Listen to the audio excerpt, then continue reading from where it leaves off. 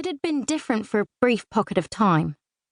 2 years, more like 2.5.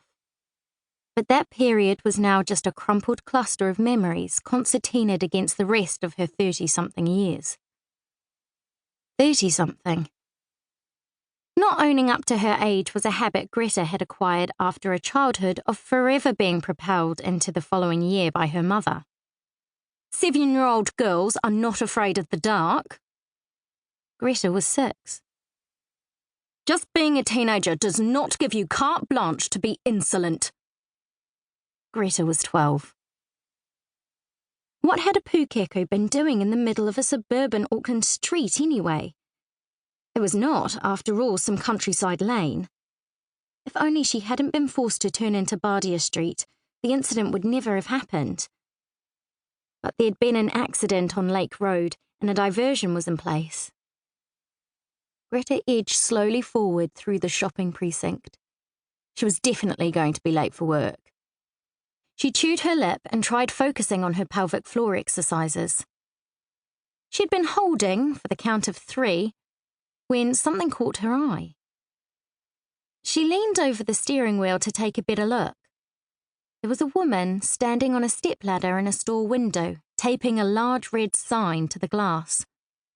Business for sale.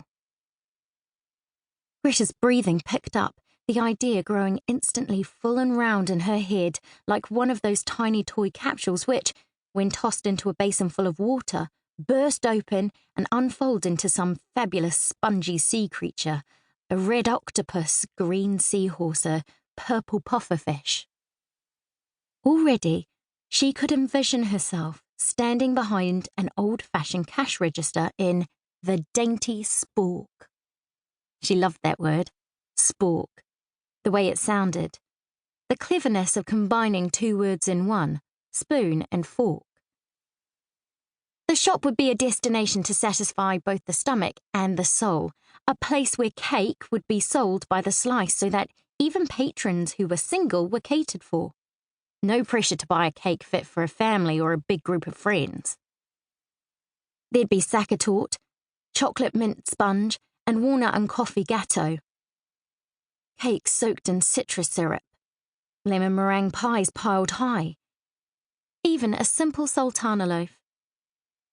She'd have glass domes set out on a rustic farmhouse table to display the day's delights, and the air would be infused with caramelized sugar, halala vanilla, and poached Black Doris plums.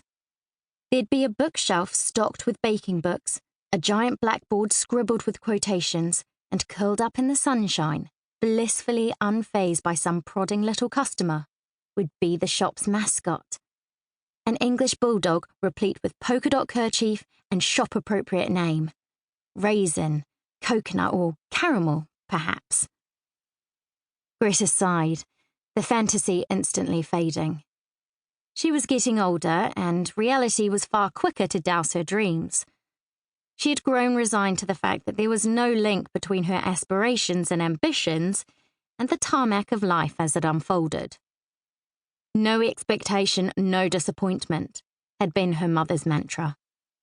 It served Greta well, too. An ambulance siren exploded her reverie. She glanced at her watch. 8:43 a.m. She'd never get to work on time, let alone early. Orders would have piled up in her absence, and the thought of beginning a new week on the back foot. Organisation was the scaffolding on which Greta hung her days. Tidy lines and measured minutes, the leash she secured to the capriciousness of human existence. She sent out invoices as orders came in, packed her lunchbox every evening, wrote Christmas cards in September, and renewed her car licence a month before the due date. Trying to stay ahead of the game was an all-consuming task. Like weeding a garden, it was a job which could never be signed off. Despite her best efforts, a prevailing sense of unease threaded through her days, a sense of unfinished business ever eroding her calm. And now, after a week away from work, she couldn't imagine what mayhem lay in wait.